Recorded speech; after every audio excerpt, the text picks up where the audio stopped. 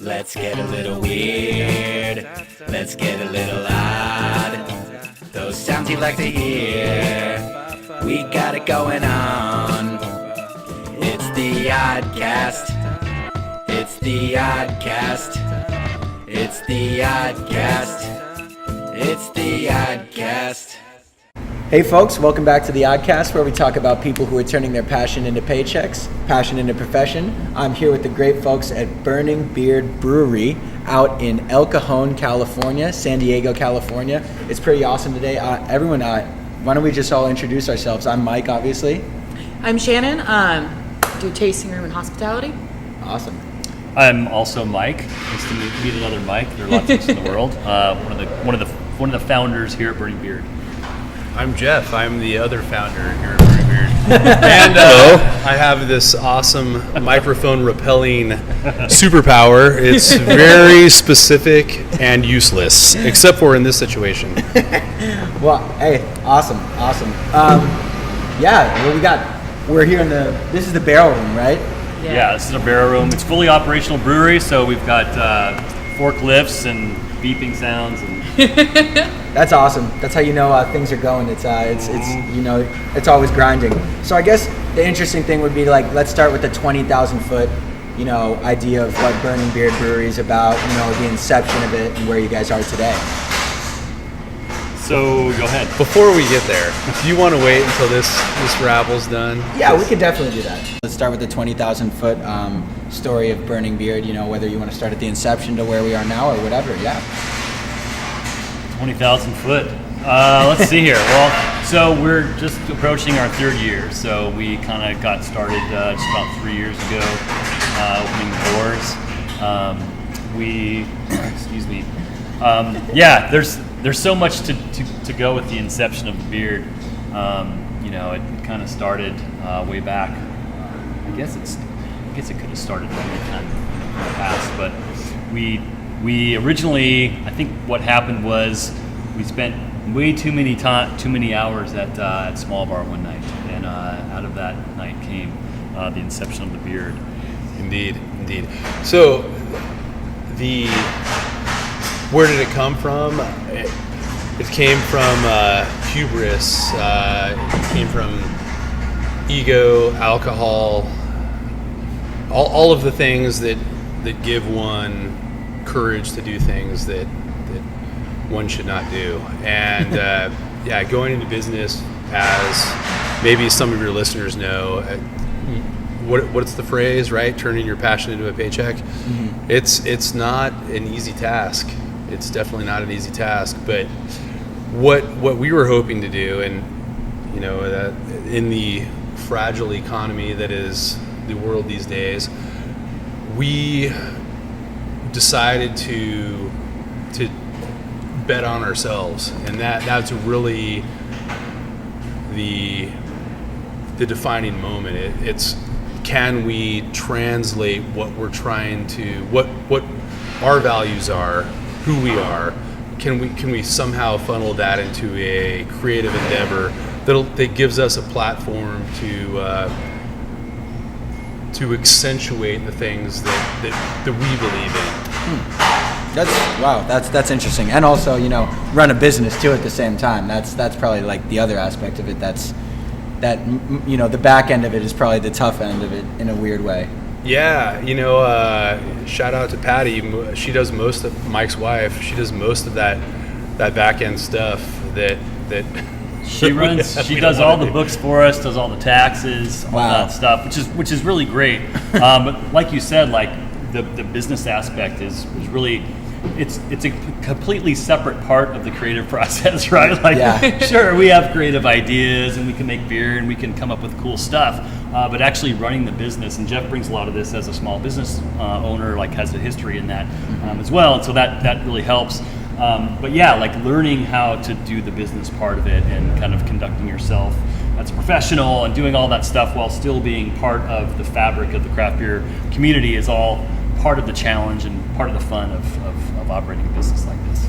Yeah. Well, I think it's interesting. The first thing you mentioned was the ego also is the fact, I mean, it's not necessarily ego in a bad way. It's ego to think that you have something to provide, I think, in a certain way. Like, you know, that you can brew beer in a certain way that, you know, is, you know, there's a reason why people come in and why people, you know, look for your beer at other spots. We were just talking about the gentleman who comes in, you know, and finds Burning Beard for his after shift brewery or after shift beer wherever he is, you know. Yeah, you know, that whole ego about beer and how it's brewed, that actually didn't play into it at all. We were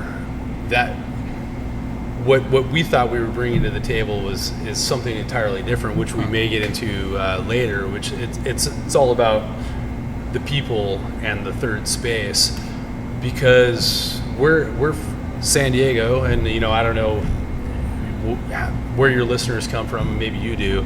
Maybe they don't know San Diego is the beer mecca of the world, and we did. We knew that because we're sitting at a small bar drinking every beer they had on tap there. And having good beer is that just gets you in the door. That gets you to the party. And so if we figured if we wanted to play this game that we'd have to bring something else to the table. And that's where that you know, a deeper dive into the beard ethos and the tenets of the beard, that's the background soul of this project. Interesting. Yeah, I mean, so I guess, you know, an interesting one would be, you know, what are we all drinking on now? And, you know, tell us about a few of... Hello. The mic keeps dropping. We're just making, Drop the mic. We're just making amazing points all over the board. And the mic just drops for itself, so... It's my one superpower. It's I'm telling you, since the spring removal, nothing's been the same. But, I think that deserves a cheers, actually. Yeah. That's a toast. Come on now. Shannon, why don't you tell us about what we're drinking here? Yeah. So what I have a hard time picking what my favorite beer is up on the board, because one of the most important things that we try and focus on for building that sense of community is making sure that there is a widespread variety-wise. That way, no matter who you are, no matter what your palate is, there's going to be something that you find. And I commonly joke that I accessorize with the beer, so it matters what time of day it is and what I'm doing. So since I'm just trying to relax, I'm enjoying, and it's finally a little bit warm in this barrel room, right now I'm drinking the Get Thee to a Nunnery, which is our Trappist style single. It's one of my favorite beers to relax with. I really, really love the widespread of Belgians that we have on available, especially this time of year. But this is a beer that the monks essentially would have drank themselves. It's really, really easy to crush, I think is the professional vernacular in San Diego craft beer. But it's an easy drinking beer. Yeah, awesome. And you're supposed to guess what we have now. Oh, I'm supposed to guess? No, Gang of One, like... Dankness. So Dankness Visible is one of our flagship kind of West Coast IPAs. We've opened the doors with this beer. It's been real popular. It's real kind of mosaic hop forward, really refreshing kind of classic beer. Jeff's got the Gang of One Smash Pale Ale. Mm-hmm. Gang of One has a really cool story behind it, name-wise. It's one of my favorite stories.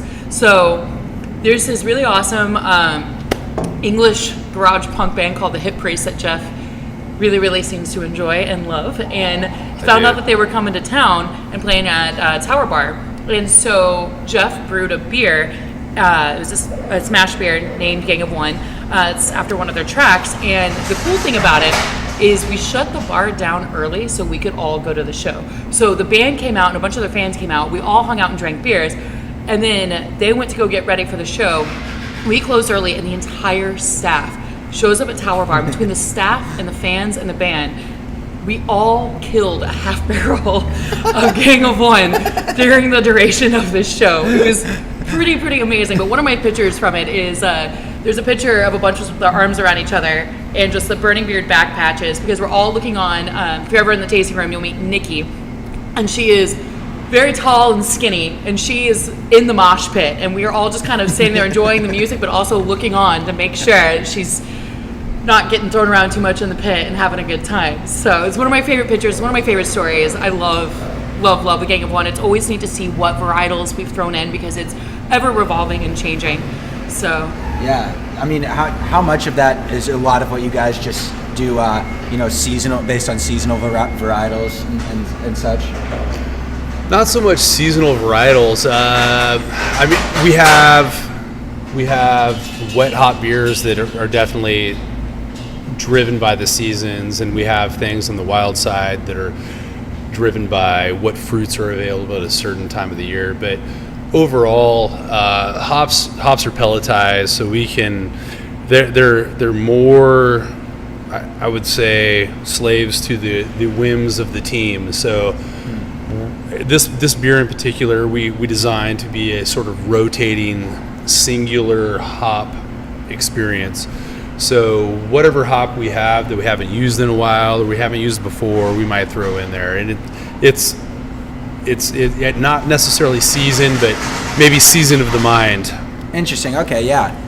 We do have some there is an interesting seasonal aspect to the way that we operate. Okay. So for example, we're approaching our 3rd year anniversary, and so there are certain beers we want to make sure are available for that. So that will kind of dictate part of what we do. Near the Oktoberfest season, we'll do tranche of kind of Oktoberfest style, kind of German style beers. We like to do some of these Belgian beers that Shannon was talking about for the end of the year. And then there's always kind of the award driven kind of beer competition driven decisions that we make as well. So if GABF or some of these other bigger competitions come up, we want to make sure that we're submitting our top performers into those things. So that kind of dictates also how we kind of decide how we're going to make our beer. So there are interesting ways to think about seasonality in brewing, and it's definitely part of the way that we operate and the way that we think creatively about what we do. That's super interesting. That's something as someone who doesn't operate within the business at all, I would never have thought of or understood that the seasonal, it's dictated by more than just the season. It's kind of dictated by events within the season, whether it's anniversaries, competitions, right, or just kind of whatever you think is clever based on what you're feeling at that point in time. So I guess, the handmade, hand brewed idea behind the tasting room. Can you talk a bit about that? Because I read about that on the website. It's really cool. Like, for example, the 10-person tables that are made with the Julian iron parts from the was it a mine? The Julian gold mine. The Julian gold mine. I mean, yeah. Can you talk about the idea behind that, and then how the heck did you get your hands on that? So I think Jeff can take credit for finding this crazy German, Austrian Klaus father dude who's part engineer and part artist, who makes these crazy tables out of reclaimed wood and parts from Julian gold mines. And he just happened to have a shop literally 3 blocks away from us. So that kind of started that whole thing. That's wild. Yeah, the everything that has happened for the beard, it seems to have somehow made itself. It's this really weird matrix of artistry and creativity. And Klaus, there's no reason I should have found the Klaus father, but I did. And he's this weird guy that had a storage space in this remote part of El Cajon, located off the airport. Right, and just if you keep running down that story thread, it's weirder and weirder, and we arrive to find awesomeness. I reached out to this guy, and he said, "Yeah, come on out." And there were these tables, and looking at the tables, I was like, "Man, we need to build the tasting room around this table," and we did. Wow. We literally did. It's a thing of beauty that really needs to be seen in person. It's unique, it's weird, but it's one of those things. It's the centerpiece of the whole design persona for the tasting room. It's something a little different than what you might see in a different place, and that's what we're hoping to do is it's like the little slice of strawberry on top of your strawberry cake. It's a clue as to what lies within, right? Okay. Yeah. That piece kind of embodies what the whole idea behind the tasting room at Burning Beard is all about. Yeah, indeed. And the funny thing is, when we went to look at the first table, we looked at it and said, "Oh, this is awesome," and he started talking about what he could do on the top of it, because it was just a frame. And then he said, "Oh, and I think I might have one more of these bases up in the rafters somewhere." And of course, we couldn't let someone else get that, so we had to get two. So that actually helped kind of define the layout and the flow of the tasting room floor. Yeah. But there's a lot more out there that's kind of handmade too. So like we did all of the artwork by hand. We kind of put all that together. So you'll see like a kind of like a collage of album artwork that sits over the booth by the jukebox. Jeff and I built that in my basement at home. The jukebox itself. The jukebox itself. That was all hand curated. So there's a lot of kind of blood, sweat, and tears of like the creative work that it just becomes the thing that is it's the canvas of the tasting room experience. But there is effort behind that, and we just love doing that. It's just fun to do, Yeah, it definitely shines through. I mean, the handmade, handcrafted thing is like a very cool persona, but it's kind of more than just handcrafted. It's kind of handcrafted with all these unique parts and unique kind of San Diego, like you were saying, the Klaus father down the road. I mean, just like cool people in San Diego kind of. And I think that speaks to the brewery game in general in San Diego. Like, when you mention, we interviewed such and such, time and time again, everyone kind of knows each other and has, whether they've given each other tips or given each other like some advice on how to, do the business or something like that. It's a really cool community. The San Diego craft brewing community is really awesome. It's unique. It's very, very, very, very unique. Mm-hmm. It's unlike a lot of other industries, but unlike also a lot of other brewing industries. I hear constantly from friends who are in brewery scenes in different parts of the country, and San Diego has such a unique closeness for how big but small it is, and I think that's really helped San Diego thrive in general as a craft beer community, is because everybody's willing to help each other. Yeah, that's awesome. I think that's why it's probably grown so fast, and also with such high quality of stuff. Let's talk, since we're in the barrel room, we should talk a bit about the barrel room. Brewery by day, event space by night concept, definitely here, obviously that being an event space, but talk about what you guys got going on with the barrel aging stuff. Is that me? Anyone. I don't know, man. There's a lot going on here. What we have in these barrels is, well, actually, it's not in these barrels. If you go to the refrigerator in the brewery and you see the bottles, the Song of Orpheus it's the culmination of the day one dreams that Mike and I had sitting in my driveway home brewing, thinking about who we want to be someday. And what I mean by that is we have a couple one-off bottles that have been barreled, some things that sat in some whiskey barrels for a while. We have things that we canned, and that was before canning was popular. We wanted to do it. We didn't know we could do it. We just wanted to, because we like to drink beer out of cans. We're that way. We're the Coors Banquet beer it's like the Klaus father of beers. The light tan color on the can is just beautiful. Yeah, right. And then you have Song of Orpheus, which is our mixed culture saison. That came from what we have here, and it's a dedication to a very slow money-making process. And the idea here is it's not to we're not trying to pump out vast quantities of beer. What we're trying to do is make something that's unique and special. It's something that like our Julian found centerpiece of a table, like our staff, like the beer that we're crafting. We're trying to make something that means something to us.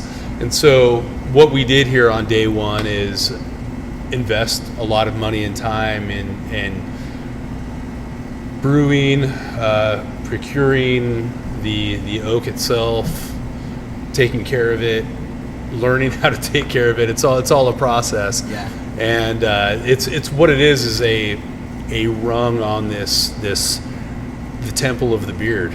and it was one of the first ones. We wanted to make sure that we stood out a little bit, and this commitment is part of that.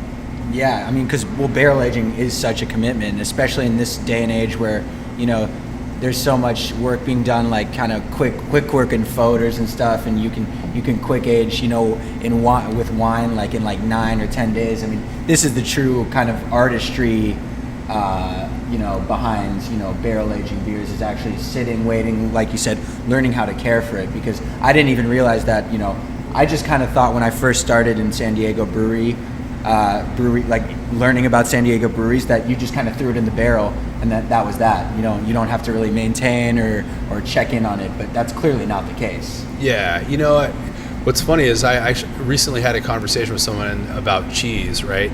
And what is the difference between American cheese and cheddar cheese? Does anybody know? One's cheese and one's processed cheese food. Right.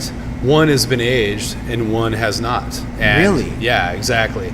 And if you don't care about it at all and you want an American slice, a craft single on your bologna, that's fine, man. Knock yourself out. Enjoy your Bud Light. But if you would like some aged cheddar on top of your Wagyu beef burger, then you come hang out with us. Yeah, yeah. I totally see that's a quality over quantity thing, but there's quantity here too. So you guys are kind of hitting both.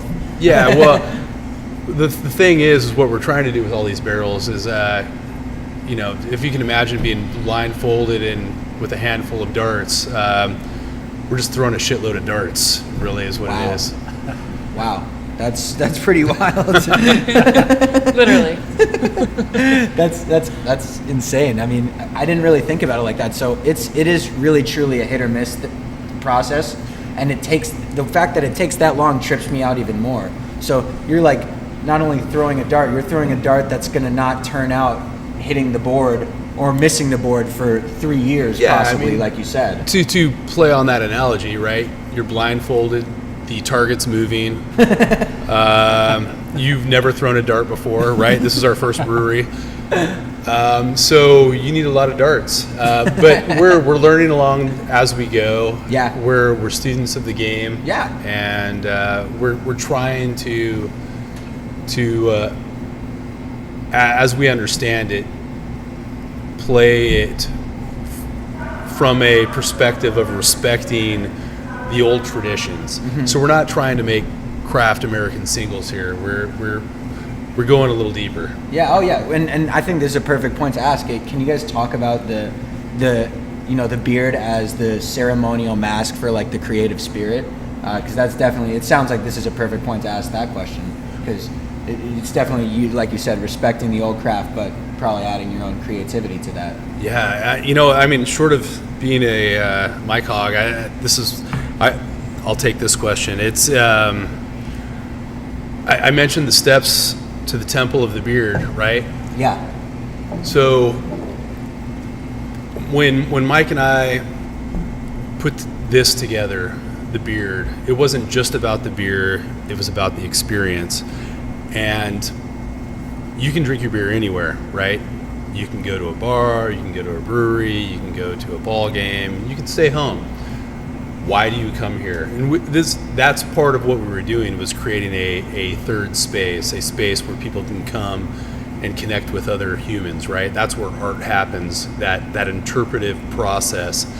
And what is it about the mask? It's a metaphor for what's happening. We are the employees of the beard, the ownership group, Shannon, everyone behind the bar.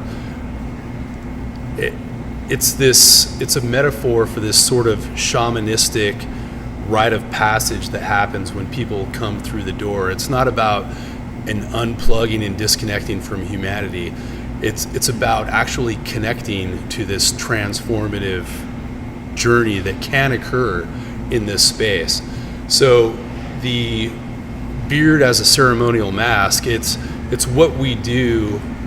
You know, if you're podcast guy and I'm brewer guy and Dan over there is a banker, it's it's all of the roles that we assume, right? When you put the mask on, it's something that gives you permission to go a little bit deeper.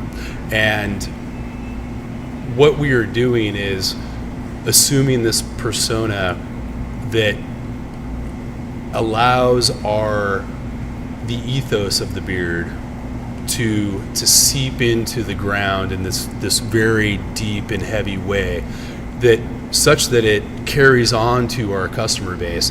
So if you're enjoying your beer out, the Burning Beard beer at Panama 66, a place we love that carries our beer, more power to you. But the experience is going to be different if you have it here. And the reason that is, right, it's like you can own, Bob Seger just played in town, right? You can own Bob Seger's complete CD collection. That's nice. You can listen to it in your car. However, you can sip some scotch and play Bob Seger on vinyl. That's something different. Or B, you could have had yourself some nice tickets to see Bob Seger live, right? And that will blow your mind in a different way. And that's what we're offering here. Shannon is our Bob Seger. She is the embodiment of what I'm talking about here. And when I'm talking about the temples, the steps to the temple of the beard, it's a gateway to this transformative experience that only happens here. And that's why we put the money into the tables, and that's why Mike and I put so much blood, sweat, and tears into the tasting room, and why we enjoy spending our time making the artwork for the tasting room. It gives us an opportunity to imbue not only our values but also ourselves. When we perform that task, we are part of that process. And so it's this really weird spiritual metaphor that works on multiple levels. Take it or leave it, that's what it means. Yeah, no, that's awesome. The metaphor runs deep, you know? Yeah.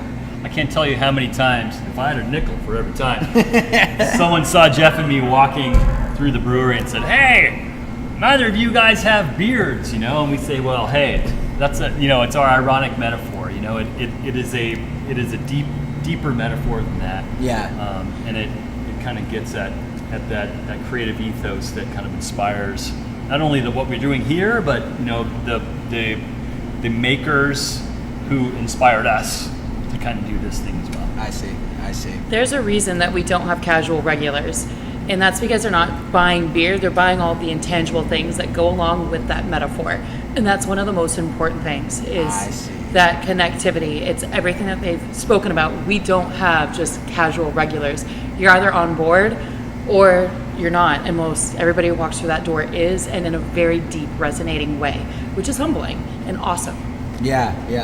I mean, it's more than a beer. It's like it's a movement or an experience, or I mean, it's something completely deeper. And the door's open. It's not like oh, you can't come in. It's like it's open. We want you to be here. Yeah, exactly. That's part of the point. Is like we part of Shannon's responsibility and her success is that she's able to kind of keep that door open for anybody, whether you're a craft beer connoisseur or this is your first craft beer. We want to make sure that if you walk into that tasting room over there, that you feel comfortable and that you get a beer that you're going to like, and that you feel like this is a place for you. So, whether you're like a Pilsner guy or a lady who likes stouts or whoever you are, we want to make sure that you get the beer that's right for you and that the experience is going to work for you too. And that there's a song on the jukebox for you too. The flip side of that is the jukebox is sort of a gateway to date number one with Jeff and Mike essence of business ownership. And while the door is open and you're welcome and we want you to come in, this isn't a space for everybody. Not everyone's going to dig what we do, and we're okay with that. And that doesn't flip our wigs, man. We're about what we're doing, and it's all about 100% authenticity. This is who we are. This is what we've built. That is why we can put our passion into this to attempt to earn a paycheck. Yeah. Because we're not faking it, man. If you dig it, come on in. Yeah. And if you don't, adios, brother. But hopefully the people that are in tune with what we're doing, if they tell a friend, they show up, great. We at the end of the day, if nobody else comes through the door, there's still two guys hanging out in the driveway. yeah, with that original dream of bringing that kind of what stuff that you consider is cool to people. So I mean that's so you're located in what's known as the San Diego's Circle of Hops. Can you tell us more about the Circle of Hops? Internationally known as Circle of Hops. Yeah, that's true. Internationally known as San Diego's Circle of Hops, or the Circle of Hops. It is the Circle of Hops. Yeah. We're happy to have be part of the Circle of Hops. It happens to be one of our flagship beers, but it also is a geographical phenomenon on the planet. It just happens to be here in San Diego. So the Circle of Hops is roughly the area that is contained within the on the southern kind of border of the Circle of Hops would be the 8 freeway. On the western border of the Circle of Hops would roughly be the 125. Northern side of it would be the 52, and then on the eastern side would be the 67. So if you think about that kind of quadrant, that's what we're calling the Circle of Hops. Now, when we think about the brewers who are contained therein, we're happy to involve other folks who are kind of outside of that. But we're happy to be in the middle of the Circle of Hops. And it's kind of like if you've heard of the Hop Highway off it's the, what is it, the 78. The 78 in Escondido. Yeah. That's the Hop Highway. Well, this is the Circle of Hops out here in It's like the Emerald Triangle up north in California. It's kind of like the Emerald Triangle or the Golden Triangle in Thailand. Or the Bermuda Triangle. No, I'm just kidding. That's right. You can get lost in the Circle of Hops. Find yourself lost in the Circle of Hops. So. Yeah. So what? I mean, is there kind of like this? This is a question as a complete newbie to actually learning about the Circle of Hops. I'll admit it. Is there specific types of hops that are known internationally from the Circle of Hops, or is it? What it is more of a conglomerate of, thank you very much, Shannon, hop enthusiasts. I see. We do have hops that are semi-locally grown, more Ramona, Santa Isabel, and we were doing great work with Star B, and there's some other hop purveyors in the area whose names I can't remember at the moment. But the Circle of Hops itself is really more of a name that is attributed to the breweries that have popped up in this geographical, this sort of new math sort of circle, right? Yeah. It's not a perfect circle. Yeah. It's a hop circle. I don't know. We're drunk. We're drawing things on napkins. We're calling this a circle. It's mapped out. Yeah. But yeah, no, that's really interesting. I think, that's, there are definitely pockets of, awesome breweries, and this is definitely like an amazing one. I love the name Circle of Hops too, and I'm sure there's a lot like it's catching on. It sounds like it's a cool way to also like lead to great collaboration within the Circle of Hops. Which is probably fun.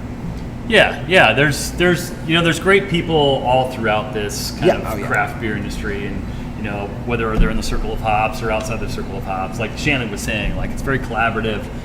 Sure, we're all running businesses. We want to make a living, but people are cordial and collaborative, and it's part of the way that we do things. It really is a unique kind of industry in that way. Yeah, absolutely. And then we mentioned Tenants of the Beard, but do you want to get any more specific about that? The Tenants always. of the Beard. Yeah, I'd love to get more specific. Dude, the Tenant. Can we talk about the Tenants of the Beard? Yeah, man. Do you want to take this or should I? Tenant number one. Let's just go around. Let's go around the fucking table. Oh no, it's a test. Tenant number one. That's you. Live creatively. I think we've actually addressed this one, so maybe I'm off the hook. But yeah, live creatively. It kind of inspires a lot of what we do. That kind of burning spirit of creativity is that burning aspect of the name, right? It's what inspires makers of all kinds, whether you're a table maker or if you're a really good, multimedia podcaster, or if you make beer, or if you're Stina or whoever you are. There is a sense of creativity that drives what you do. whether you realize it or not. And so we're trying to kind of tap into that creative well, and we make it a part of the way that we not only design things and manufacture things, but the way that we operate the business and the way that we want our employees and all the people around us to kind of see how we're doing that. So live creatively is tenet number 1. Awesome. Right on. I'll take the next one, which is love thy neighbor, which sounds as corny as hell, I know, but it comes from a really good place and a place of 100% authenticity. Again, Mike and I, as you may have guessed from some of our earlier responses, we have we feel a deeper connection to humanity than, it's one of those things where, for me specifically, I don't want to speak for Mike on this subject, but it's a one of those things that it's this old Greek superstition where every beggar who comes to your door could be Zeus, so you need to treat them with respect. So it's a part of recognizing the divine within the other, and that for me really translates, on the most shallow level to a customer base, but on the deeper level to every interaction I have with the person, where I try to keep that in mind. It's something I carry with me, and in some sort of very similar way, I know that Mike and I feel the similar way on this subject, and it's how it came to be a tenet. Do not sleep on your neighbors, man. It's you have to respect your fellow man, and that's one of the key things about, if you want to start a business from the ground floor up, that should be somewhere in there. Being nice to one another is, it sounds corny, but some of the corniest things are the truest. El Cajon is an important community to us. This is our home. This is where we are trying to thrive. But you also see exactly the love thy neighbor thing in some of the events that we do. Every Christmas we do a toy drive in conjunction with JMZ Construction for the Polinsky Center, which is a local organization. Tonight we're doing a fundraiser for the YMCA of East County, and we don't charge them a cent, where there were plenty of places that they tried to go before that were trying to charge them as much as they would have anybody else. Wow. They don't have funds, and we do that because they're an important part of our community, and it's important to build our community and not leech off of it. Yeah. During August, September, any of the teachers that are local, I let them borrow Monday, Tuesday, Wednesdays, I let them borrow space in the barrel room without any sort of second thought, so that way they have a space where they can do planning and have a beer, especially with these huge tables that we have back here. They can spread out, they don't have to worry about being interrupted, and these are local teachers that are already strapped for resources. Our community is important to us, and again, it's important to us that we build that community. Wow. So to distill it down into maybe an El Cajon bumper sticker, it might say "Don't be a dick." Oh man, yeah, we saw one on the way up here. It said, "Honk if you see a kid fall out." It's that same kind of humor. So the guy with the "Don't be a dick" bumper sticker would pick the kid up for you and maybe honk and get the kid back to you. Exactly. Third tenet, Shannon. spare no expense, which I was hoping you guys wouldn't say that one, because you all know my love for Jurassic Park, and that's how I remember that one, Hammond saying it. But it shows, ever since I've known these two, there's been a firm commitment to, if you're going to do something, do it right. Because ultimately, this is an expression and a projection of yourself. Why would you shortchange and cheapen that? And that comes down to everything, to making sure that we have glass at our anniversary party, to make sure that you have something clean to drink out of and something cool that you get to hold on to the ingredients that go into the beer. Even if it's a little bit more expensive that way, again, this is a projection of yourself, and it's important to make sure that you do everything you can to make sure that that is an authentic projection and not one that just suits your budget. And I think that's a real big thing that makes the beer good, that makes the tasting room good, is everybody is giving 100%, and we're not by any means wealthy and just throwing money at things, but we're putting everything we got into this. And it shows by the quality of the beer, by the staff that's behind the bar that's telling you about it and leading you kind of on this beer excursion, and to the events that we put on, and every last detail is thought out. So spare no expense. Which is the perfect segue to the fourth, which Shannon kind of hinted at, if you caught that in there, which is go big and do it right. So that's the final tenet of the beard. And I think Shannon kind of alluded to it, but you know, if you look around, we've got all these barrels in here, and we do what we can. We do what we can within our means to make sure that we're doing it according to what's in our hearts. So from the beginning, we've kind of tried to embody that in the way that we've built the business and the way that we've reinvested into the business.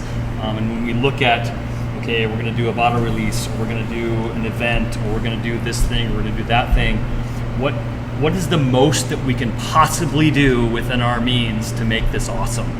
And that's kind of go big and do it right. It really drives a lot of how we operate. No one really set out to write the great American paragraph or great American essay. It's about writing the great American novel, and that's what we're trying to do. And you don't do that by as owners, you don't do that by taking a large salary up front. You don't do that by squirreling away money for distributions. You do that by reinvesting in your dream, and that's what we've done from day one. We're trying to create more of a movement than an income stream, and as ridiculous as that sounds, what we want to do is be successful at that. Mike and I, we don't compromise values, and that's the base of everything we do. That's what the tenets mean. We don't compromise values.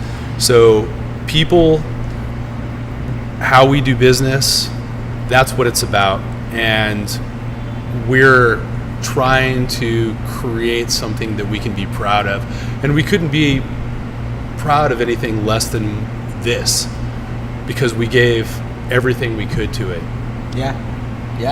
That's pretty awesome, and those are definitely four things that I think you could apply to almost life in general, to be quite honest. That's like you said, it's more than just things you could apply to running a brewery. That's you could apply those kind of four things and be set up for success in a lot of aspects of life in general. I think the four tenets.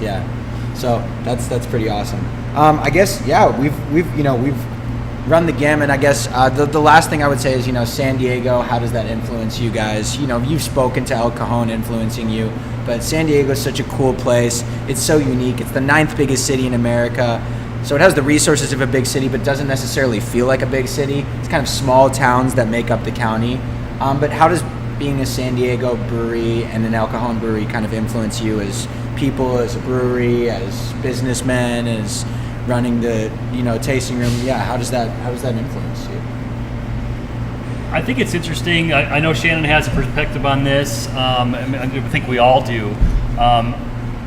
From my point of view, I just think it's really cool to kind of be a part of the San Diego craft brewing scene, but more specifically, like being a part of growing up roughly within this neighborhood, to me is really interesting. Like I grew up just up the hill, 2.5 miles west of here in San Carlos, and just knowing that people are coming down Fletcher Parkway to kind of be here and seeing the beer on at different kind of places up in that neighborhood. It really is part of the way that I grew up, is like in this area, going to the bowling alley and going to the mall and all that stuff, and kind of being able to build something new, something really cool, like in the northeast corner of El Cajon. That's there's great manufacturing around here, and there's great metal companies and brazing companies and stuff like that. But to be able to build something that's for the community in this area really feels cool, and I love to be able to be a part of it and be able to come here and know, like, okay, when I was a kid, I was a big five across the street buying soccer balls, and now I'm an adult and I've got a brewery there, but I'm still buying soccer balls for my daughter there. So it's kind of cool to kind of be part of the fabric of the East County community. Yeah, that's got to be a trip. Yeah. Yeah, we all have our personal takes on it. Shannon's will be more interesting than mine, though. I think San Diego, I didn't grow up in San Diego. I grew up in New Mexico. So being out in San Diego in general to me is exciting in and of itself because Albuquerque's not a big city at all. It's a very small, big city. Really? Very much so, yeah. Okay. It's like the El Cajon of the United States. So You can't use my naturally- jokes and not give me credit. On air too. But it happens all the time. But it's exciting to be a part of the San Diego craft beer community because every neighborhood is different, and by extension, every brewery, especially neighborhood brewery, is very, very different. So it makes it really exciting when you go somewhere and see the handle, see the hop skull handle there, because it means that for that neighborhood, what we're doing is also resonating with them as well. The brand is also finding a spot within them, which is amazing. But when it comes to El Cajon in general, and when it comes to a tasting room, you get to be there for the mediocre parts of people's lives, which means you get to be there for the big parts of people's lives. So you get to be there for the day-to-day things, which means we get customers who I get to find out that they're having a daughter before their family does because they're having a gender reveal party. You get to be there when one of your customers has had a 16-hour day and exhausted because they've spent all night in the hospital with their father who is sick, and you're heating up a meal for them just so they have some sort of semblance of normalcy.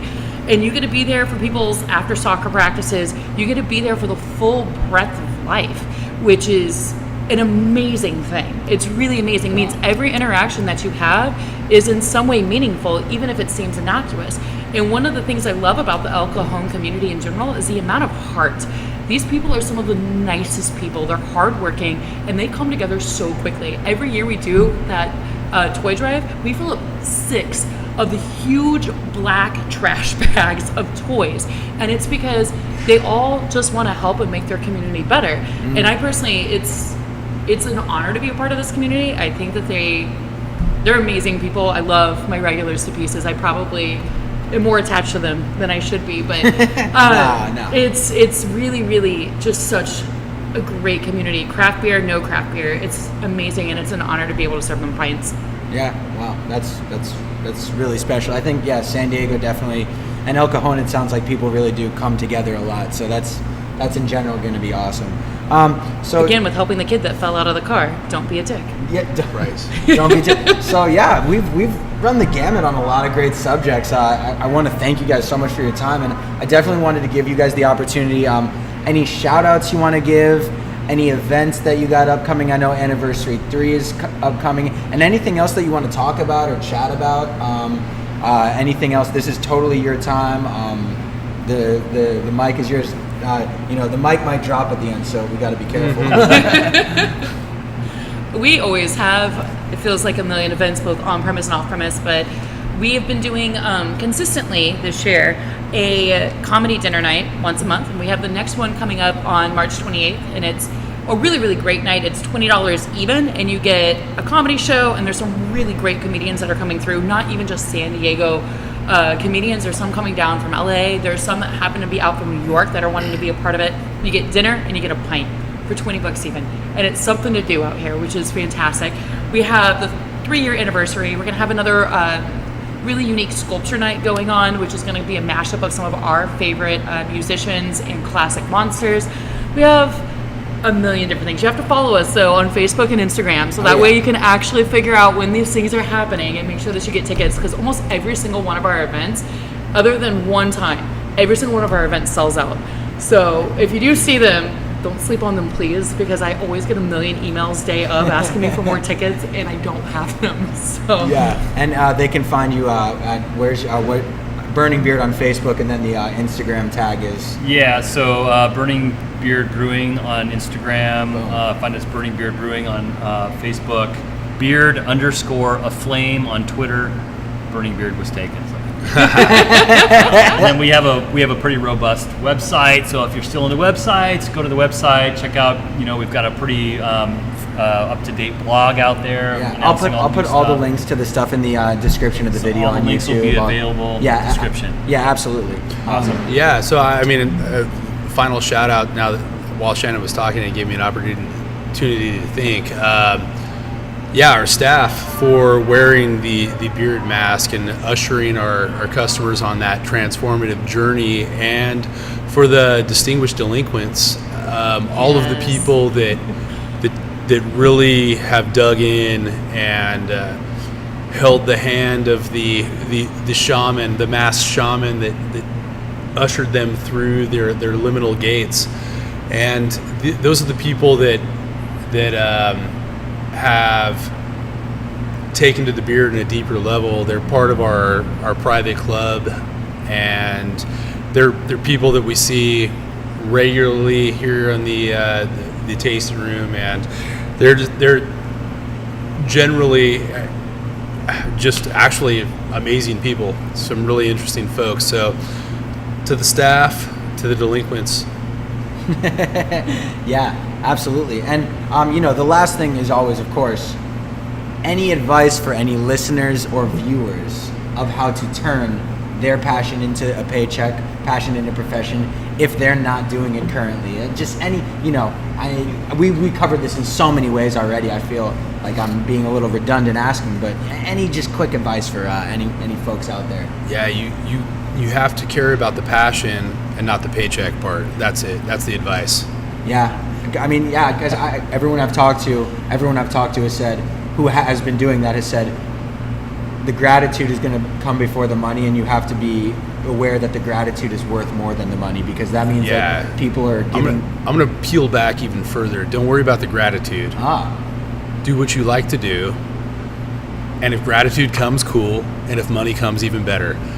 But don't worry about those last two things. You don't control those, right? You don't control gratitude. You don't control the money. If you want to turn your passion into a paycheck, do what you love. Yeah, and if you're genuine, those things will come. We'll see. Well, do your research and ask questions. Yeah, that's and be the nice. Thing. And be nice. Realize that you are never, in any way, ever done learning, no matter how long you've been in the game. Ask questions constantly. Yeah. Constantly. There's always something new to learn. I would refer you to the 4 tenets of the beard. That should get you where you need. And El Cajon bumper stickers. And El Cajon bumper stickers. Don't be a dick. To that I say cheers. Cheers, brothers. Yeah. Shannon, Mike, Jeff, thank you so much. Appreciate your guys' time, and thank you so much for tuning into another episode of the ODDCAST, where we talk about people turning their passion into profession and subsequently passion into paychecks. Thank you, Burning Beard. Thank you guys so much. Thanks. All right. Let's get a little weird. Let's get a little odd. Those sounds you like to hear. We got it going on. It's the ODDCAST. It's the ODDCAST. It's the ODDCAST. It's the ODDCAST.